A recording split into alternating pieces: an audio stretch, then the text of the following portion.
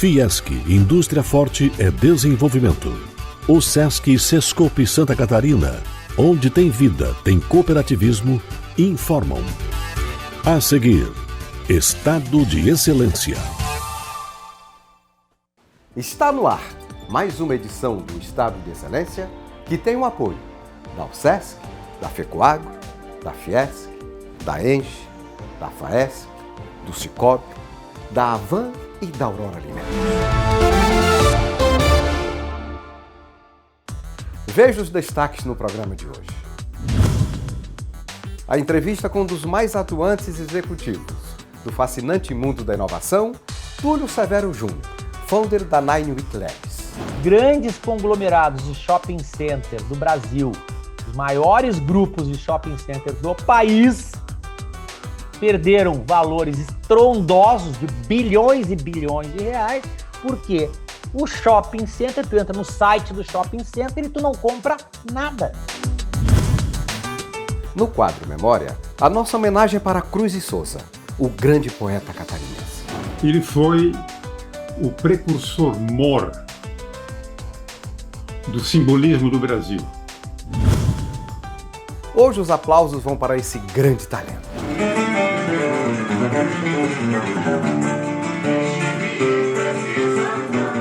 Depois que fiquei 8 anos no serviço público, assumi de vez a música essencialmente. Não conseguia dividir minha energia com outras coisas que não fossem essencialmente a música. Oferecimento FAESC, a Federação da Agricultura e Pecuária de Santa Catarina. Fiesc reúne a imprensa, apresenta o balanço econômico do ano e destaca as perspectivas para 2022. A apresentação foi feita pelo presidente da entidade, Mário César de Aguiar, que enfatizou a contribuição da indústria para a retomada do crescimento da economia. Nós somos o estado em que a indústria teve o melhor desempenho no Brasil. Isso mostra aí a garra, o empreendedorismo, a força da indústria catarinense. E eu queria reforçar aqui a Fiesc, desde o início da pandemia, sempre defendeu a manutenção da atividade econômica e o resultado está exatamente nesse ótimo desempenho da economia catarinense, muito puxado pela indústria catarinense. Os números são eloquentes. De janeiro a outubro de 2021, a produção industrial do Estado avançou 13,8% na comparação com o mesmo período de 2020. Foi o maior percentual de crescimento do país. Entre os setores industriais, destaque para o de metalurgia, veículos automotores, máquinas e equipamentos, vestuário e acessórios e produtos têxteis. O setor industrial catarinense também colaborou com a geração de empregos. Santa Catarina encerrou o terceiro trimestre de 2021 com a menor taxa de desocupação do país, 5,3%. Quando nós olhamos em termos de estado de Santa Catarina, o crescimento médio foi de 0,2% ao mês. É o quarto maior crescimento a nível nacional. Mas quando nós olhamos aí para o período compreendido entre janeiro de 2020, quando se deu a efetiva recuperação da economia, nós temos tido um crescimento de 0,9% ao mês, que é o terceiro maior crescimento médio nacional. É um crescimento bastante significativo, especialmente no início do ano, impulsionado pela demanda forte na indústria, na economia brasileira toda. Então, diversas partes da atividade industrial foram muito puxadas. Então, a gente teve um salto bastante significativo.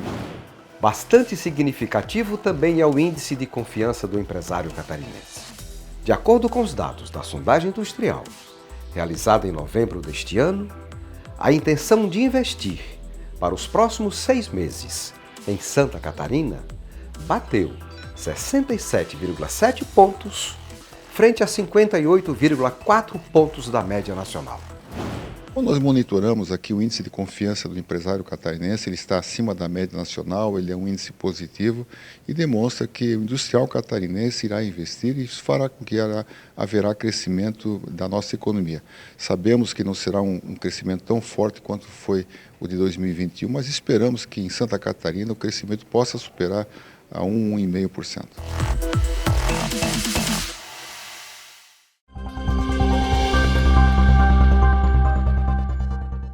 O secretário da Agricultura, Altair Silva, reúne a imprensa para apresentar as ações de governo voltadas para o desenvolvimento do setor. Esse ano nós criamos o programa Cereais de Inverno e pela primeira vez estamos produzindo cereais de inverno vocacionado para a fabricação de rações para as cooperativas de agroindústria. Nós ampliamos o programa Terra Boa.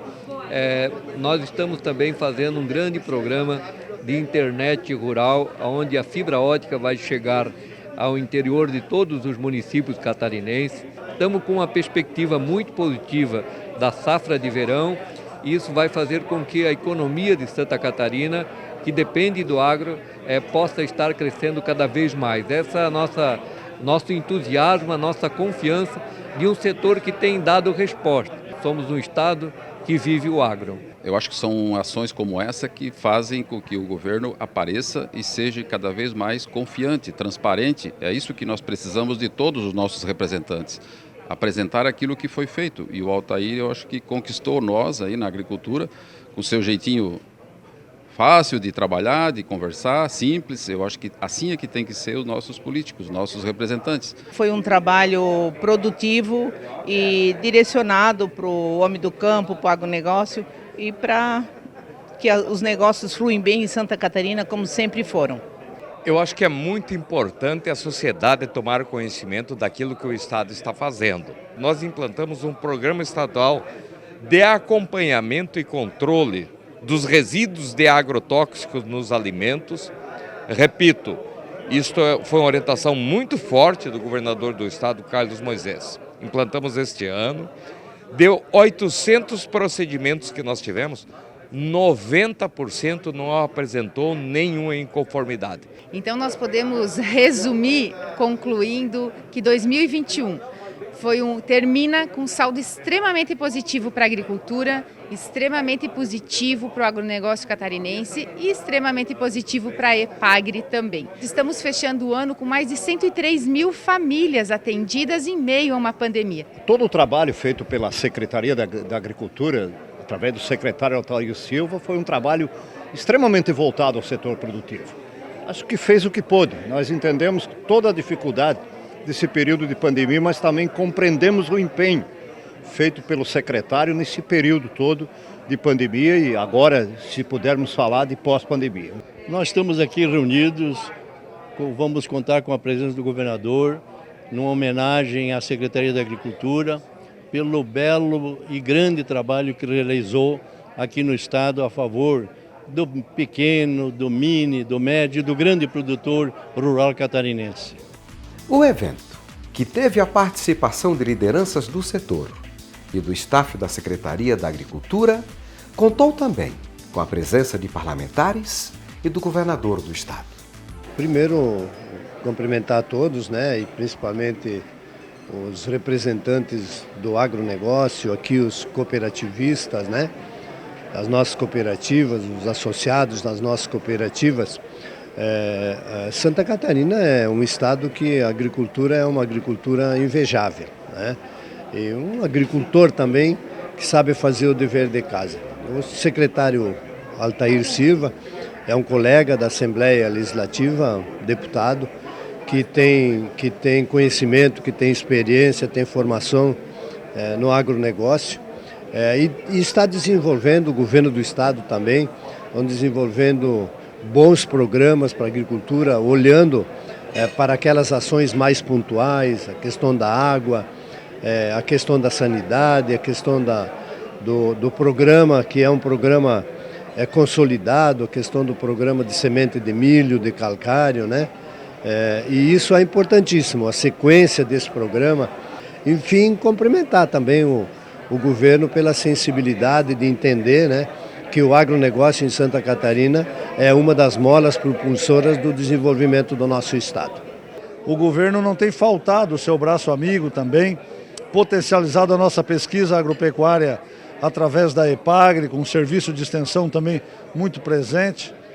E isso tem feito da agricultura catarinense uma agricultura forte, apesar das nossas pequenas propriedades, mas nós temos tido uma agricultura forte, altamente tecnificada, com grandes desafios tecnológicos pela frente, mas é um sistema produtivo que orgulha todos nós. A Secretaria da Agricultura tem cumprido o seu papel, assim como a EPAGRE, a SIDASC, o próprio SEASA, né? Cada um tem se tornado uma estrutura de política pública aliada ao agricultor. A gente pode falar em mais de meio milhão de pessoas trabalhando no campo, produzindo comida de qualidade, enfim, insumos. E Santa Catarina vai muito bem. Por isso que o governo é parceiro com programas extremamente importantes, tanto para a facilitação do crédito para quem trabalha no campo, como também para a preservação de nascentes, de meio ambiente, como é o programa Solo e Água que a gente tem patrocinado, que é um programa extremamente importante que visa o armazenamento, a capacidade de armazenamento, o enfrentamento da crise hídrica. O produtor rural sem terra, ele tem alguma dificuldade. Tendo a terra e não tendo água, ele continua com dificuldade. Então ele precisa de um ambiente adequado para produzir. Eu acho que isso o governo tem essa sensibilidade de preservação e de fazer com que as culturas, a diversidade inclusive de culturas, né, o estímulo à produção sustentável, enfim, é bandeira do nosso governo, e a gente acredita que, aliado aos grandes produtores, ao manejo da terra e à preservação do meio ambiente, nós vamos ter sempre pujante em Santa Catarina o agronegócio que bate muitos recordes, né, com um estado com pouco mais de 1% do território nacional, faz o milagre que é, porque tem no agronegócio grandes produtores, vê no agronegócio esperança de celeiro, né, para o Brasil e para o mundo. Santa Catarina se destaca, 70% das exportações em Santa Catarina advém do agronegócio, ou seja, a relevância do setor para o governo de Santa Catarina é incontestável.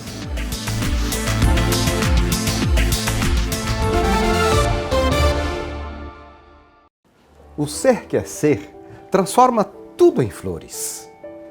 E para ironizar as próprias dores, canta por entre as águas do dilúvio. São versos do poema Sorriso Interior que Cruz de Souza escreveu às vésperas de sua morte, aos 36 anos.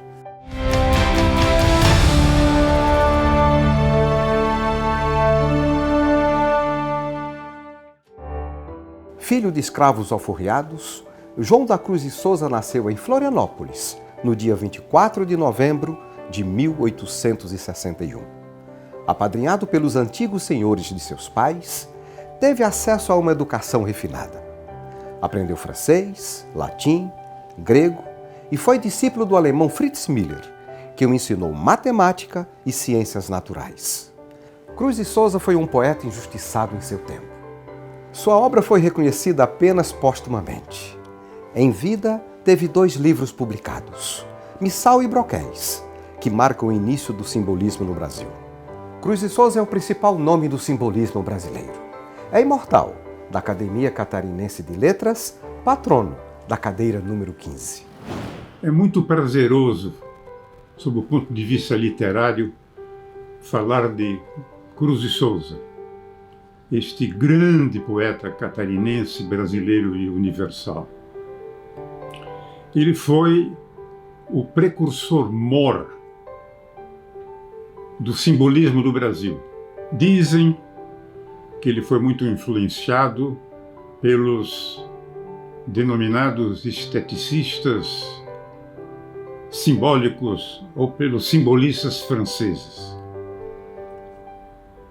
Mallarmé, Verlaine, Baudelaire e Rimbaud.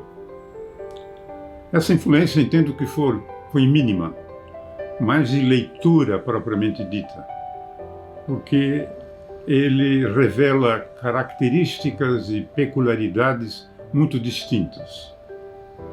Várias são as peculiaridades e várias são as características.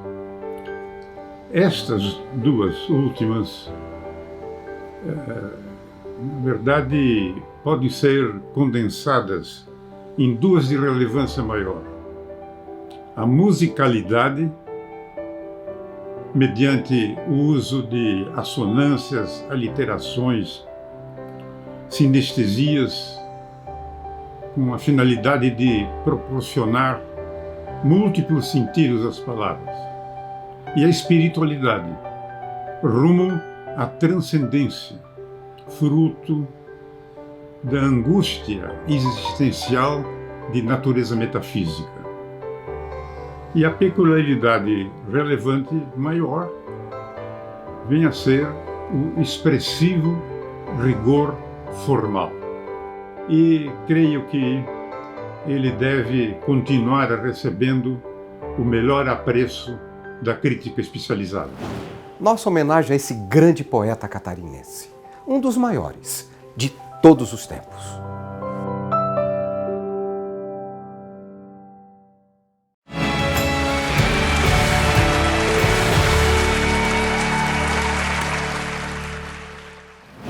Nossos aplausos hoje vão para esse grande talento. Multi-instrumentista, compositor, arranjador, produtor, Wagner Segura também dedica parte da sua vida como educador musical. Formou vários músicos de samba e de choro pelo Brasil e é referência desses estilos musicais em Florianópolis.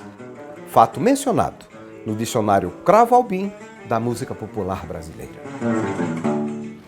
Wagner, em quais projetos você está envolvido atualmente? Hoje estou com aulas online e soluções digitais para música também. E tem um aplicativo que eu estou desenvolvendo muito interessante chamado No Grau, que ele vai ser tipo um cifra clube, assim, onde os alunos conseguem tirar as músicas em qualquer tom por uma harmonização feita por mim. Além de tudo, o principal que eu estou me envolvendo também agora é o selo chamado Leva Meu Samba, que é um selo que comercializa presentes de samba, como camisa com estampas de artistas, xícaras, aventais, vestidos, várias coisas ligadas a samba e a choro. Nós fizemos o primeiro lançamento com a coleção Noel Rosa, que tem 2 estampas de camisas muito interessantes, que as pessoas podem olhar no site, que você vai mostrar depois. O site é chamado levameussamba.com.br. É uma loja virtual que as pessoas podem, inclusive, encomendar a sua camisa e os produtos ali. Recentemente você foi agraciado com um prêmio de reconhecimento por trajetória cultural Aldir Blanc Santa Catarina, promovido pela Fundação Catarinense de Cultura. Fale um pouco sobre isso. Foi muito importante na minha vida porque são 40 anos dedicado à música com muita seriedade, né? Com produções de discos. Já gravei discos, assim, mais de 40 discos envolvidos com artistas locais, apresentações demais com muitos artistas daqui e fora daqui, muitos shows por Santa Catarina e também fora, sempre com o choro na frente, né? O chorinho, carregando a bandeira do chorinho e do samba. E foi muito bacana esse reconhecimento. O que aconteceu? Eu juntei todo o material que eu tinha dentro da minha carreira e me submeti à apreciação da comissão que resolveu me dar essa premiação com a pontuação máxima, né? Isso é importante. Então, eu fiquei muito feliz porque é muito tempo dedicado é uma vida toda sem dividir outras coisas, colocando a música em primeiro plano. Eu fiquei muito feliz de ter recebido essa premiação esse ano, né? Wagner, foi um prazer conversar com você mais uma vez. Obrigado pela entrevista.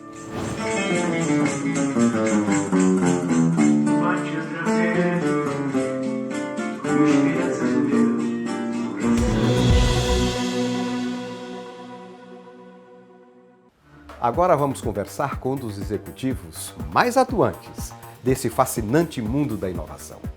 Túlio Severo Júnior, CEO da Infinity Par, uma empresa de consultoria em programas de inovação aberta, founder da 9 Week Labs, uma plataforma white label de pré-aceleração de startups, e gestor do FACIAP Nova Lab, do Paraná, um programa de inovação que ajuda a desenvolver e conectar startups com pequenas e médias empresas. Meu caro Túlio Severo, que desafios motivam você a trabalhar com tanto entusiasmo nesse ambiente da inovação?